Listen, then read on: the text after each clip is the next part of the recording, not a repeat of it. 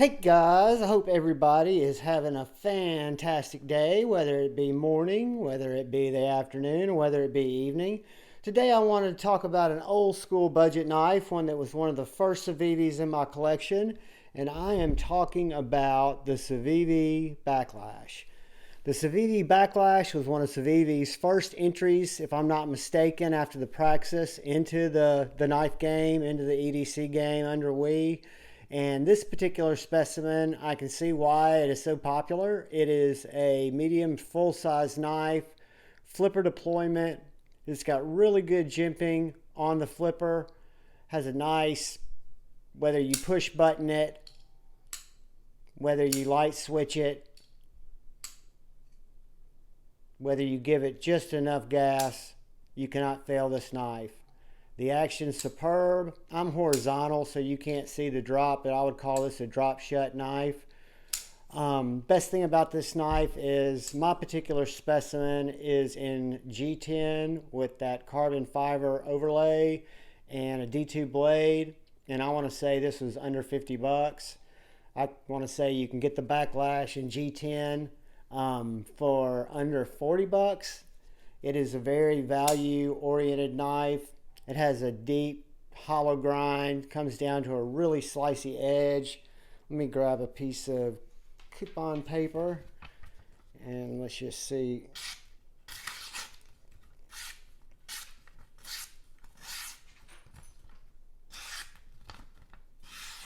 Guys, this is the factory edge from Civivi, and I've had this knife for close to 2 years. I don't have a ton of budget knives in my collection still. The ones that I've kept in because I like them. They do something that I really appreciate, or they just mean something to me. This knife, I just appreciate what it is. So much so that when Cincut launched their line, they came out with 4 models, and one of their models, the Actium, which I've reviewed, looks very similar to me in blade style to the Civivi Baklash.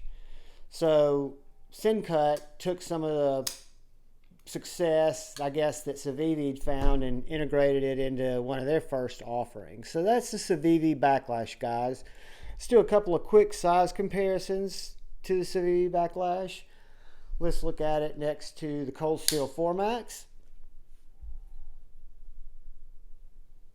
and the Civivi Baby Banter.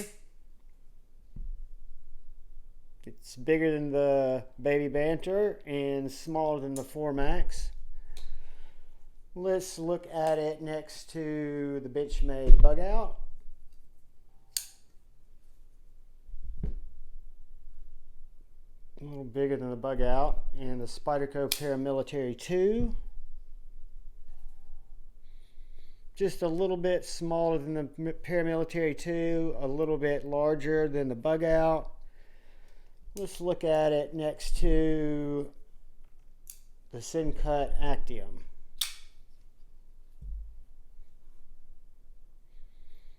Well, there you go, guys. It's about the same size as the Cincut Actium. Again, it's a medium, larger size knife. Fits my hand, all 4 fingers on the grip easily. Has a nice jimp area up here on the poon. I can get my hand in front of the choil if I want to, or in front of the flipper tab if I want to really choke up and get more control over the blade. If I lost this knife or gave this knife away, would I replace it? I probably would. I would probably, next time I saw it around, pick it up because it is that good of a cutter, guys. It's that good of a knife. It is what I would call a knife that you can use every day and not worry about it getting messed up, getting lost. Not that it would get messed up. Hopefully it wouldn't get lost, but it is just a fine specimen. It's on bearings, and it gets it done, guys. I want to thank everybody for stopping by and watching the video. Thanks if you've liked the video or commented. Thank you all if you subscribe to the channel, and thank you all just for supporting kind of my love of knives. I always ask that you guys look out for the guy or gal to your left, look out for the guy or gal to the right, look out for each other. I also ask that you keep love in your heart, that even though you might disagree with people, and that's fine, choose to debate rather than just hate. Guys, Thanks again for watching the video. I love you all. Peace.